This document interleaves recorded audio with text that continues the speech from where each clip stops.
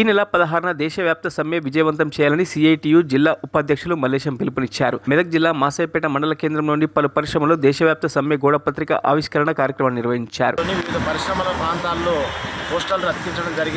కార్మికుల్లో కరపత్రాలు పంచుతున్నటువంటి సందర్భంలో మాకు ఇంత తక్కువ వేతనాలతో బతకలేమని చెప్పి ఇలా కార్మిక వర్గం చెప్తున్నటువంటి పరిస్థితి ఉన్నది.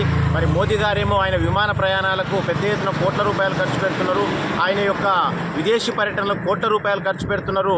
మరి పరిశ్రమ కార్మికులకు పెద్ద ఎత్తున రాయితీలు ఇస్తున్నటువంటి ఈ మోదీ ప్రభుత్వము మరి కార్మికులకు ఎందుకు రాయితీలు ఇయ్యది, కార్మిక వర్గం ఎందుకు ఆదుకోదని చెప్పి ఇలా కార్మికులు ప్రశ్నిస్తున్నటువంటి పరిస్థితి మాకు ఈ క్యాంపెయిన్ సందర్భంగా కనిపించింది.